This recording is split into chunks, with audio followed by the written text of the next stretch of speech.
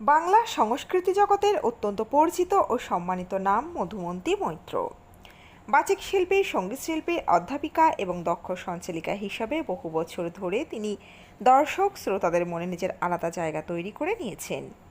মেট্রোর পরিচিত ঘোষণার কণ্ঠ থেকে শুরু করে বিভিন্ন সাংস্কৃতিক অনুষ্ঠানের মঞ্চ, সর্বত্রই তাঁর গলার স্বতন্ত্র উপস্থিতি সহজেই চেনা যায়। কিন্তু অনেকেই হয়তো জানেন না তার জীবনে বেশ কিছু গভীর ক্ষত আছে। সাতবার অস্ত্রোপচার, তবুও থামেননি তিনি।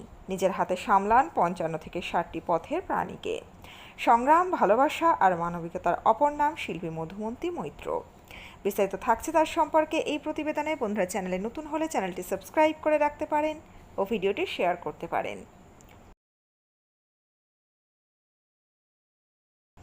সম্প্রতি এক সাক্ষাৎকারে নিজের জীবন সংগ্রাম, পরিবার, কাজ এবং শারীরিক লড়াই নিয়ে খোলামেলা কথা বলেন মধুমন্তী মৈত্র।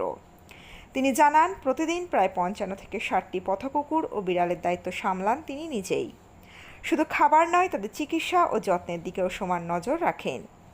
তার মতে, পরিবার মানে শুধু মানুষ নয়, এই অবলা প্রাণীরাও তার জীবনের গুরুত্বপূর্ণ অংশ। ছোটবেলা থেকেই শিক্ষার পরিবেশে বড় হয়েছেন তিনি। তার মা ছিলেন রবীন্দ্রভারতী বিশ্ববিদ্যালয়ের অধ্যাপিকা।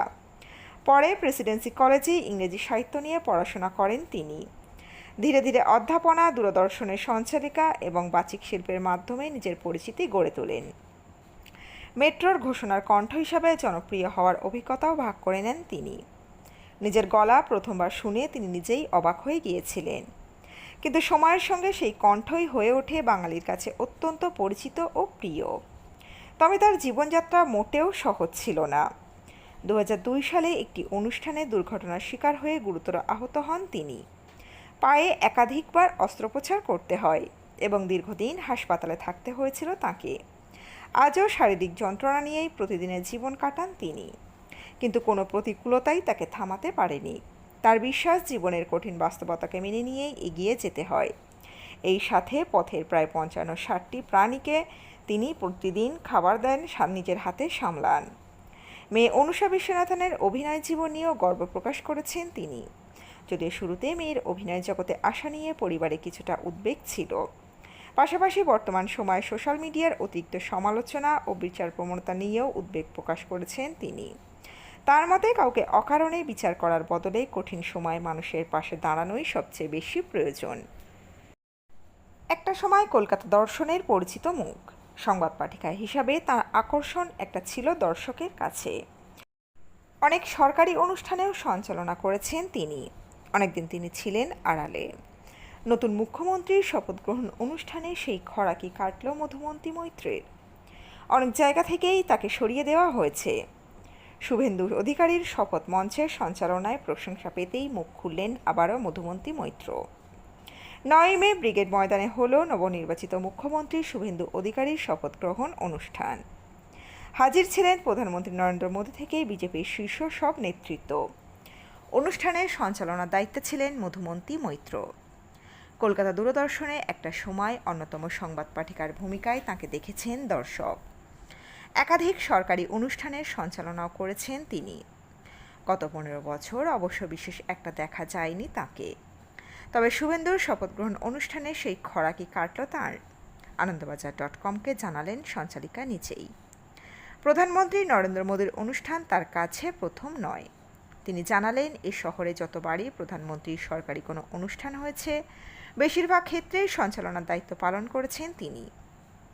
তবে মুখ্যমন্ত্রী শুভেন্দুর শপথ গ্রহণ অনুষ্ঠানের জন্য আগে থেকে কোনো প্রস্তুতি ছিল না তাঁর। প্রধানমন্ত্রীর দপ্তর থেকে তেমন কোনো সূচিও দেওয়া হয়নি তাঁকে। মধুমন্তী বলেন, যা বলেছি সেটা তাৎক্ষণিক ছিল, পূর্ব প্রস্তুতি ছিল না। ভীষণ তাড়াহুড়োয় গোটা অনুষ্ঠানটা হয়েছে। আসলে ব্রিগেডের ঐতিহ্য বাদ দিলে আর লোক ভরানোর বিষয়টিকে সরিয়ে দিলে কোনো অনুষ্ঠান করার জন্য জায়গাটা খুব একটা আদর্শ নয়। রাজনৈতিক সমাবেশ করলে ঠিক আছে, কিন্তু এই মাপের অনুষ্ঠান করাটা বেশ অসুবিধার। কিন্তু ওদের এটা করতেই হতো। তিনি এরপর বললেন, আসলে অনুষ্ঠানে প্রধানমন্ত্রী কখন আসবেন, কখন মঞ্চে উঠবেন, সেই সূচি দেওয়া হয়নি আমাকে। যদিও আমার মনে হয় যে কোনো সংযোজিকাই এই ধরনের পরিস্থিতির জন্য প্রস্তুত থাকেন। তবে এই ধরনের সরকারি অনুষ্ঠানে একটা নির্দিষ্ট কর্মসূচি থাকলে ভালো হয়। এখানে অবশ্য সময়ের অভাবে করা সম্ভব হয়নি। যেহেতু প্রধানমন্ত্রী মঞ্চে উপস্থিত ছিলেন, তাই নিরাপত্তার ক্ষেত্রে কড়াকড়ি ছিল এসপিজির আধিকারিকদের। ওই দিন তাই প্রধানমন্ত্রীর সঙ্গে আলাদা করে সাক্ষাতের সুযোগ হয়নি তার। যদিও তিনি বলেন, আমি ওর বেশ কিছু অনুষ্ঠানে সংযোজনা করেছি, তাই মনে হয় আমার মুখ চেনেন, তবে নামটা জানেন কিনা তা নিয়ে আমার সন্দেহ রয়েছে। মধুমন্তী মৈত্রের সঞ্চালনা নিয়ে সমাজ মাধ্যমে নানা রকম কথা শোনা যায়। অনেকে প্রশংসা করেন তাকে, প্রশংসা করেছেন গেরুয়া শিবিরের ঘনিষ্ঠরাও। সবটা সমাজ মাধ্যমের মাধ্যমে জানতে পেরেছেন তিনি।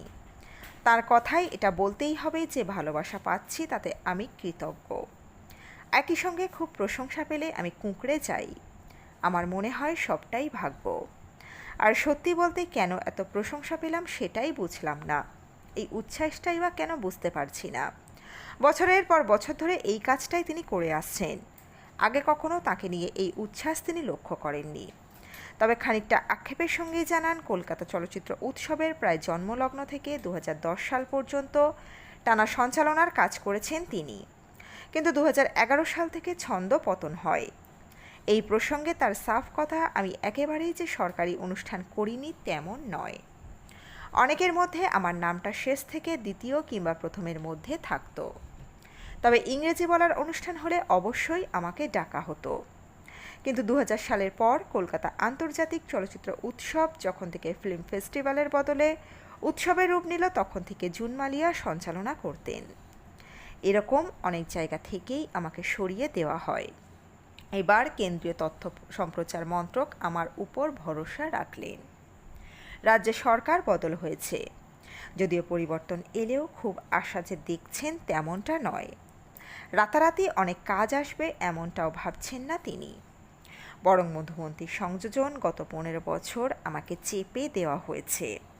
এই ধরনের ন্যারেটিভ যে ছড়ানো হচ্ছে সেটাও ঠিক নয়। বরং যারা বলছেন প্রত্যাবর্তন হয়েছে মধুমন্তীর, তাতেই তার আপত্তি রয়েছে। অর্থাৎ তিনি বলতে চেয়েছেন তিনি কাজেই ছিলেন, কিন্তু তাকে সেভাবে প্রকাশ্যে আসার সুযোগ দেওয়া হতো না। 2011 সালের পর থেকে বিভিন্ন অনুষ্ঠানে তাকে রাখা হতো ঠিকই, কিন্তু তাকে প্রথম স্থানে রাখা হতো না। তার জায়গায় উঠিয়ে আনা হতো জুন মালিয়াকে। অর্থাৎ তিনি সরাসরি না হলেও ঘুরপথে প্রাক্তন সরকার পক্ষকেই দায়ী করেছেন।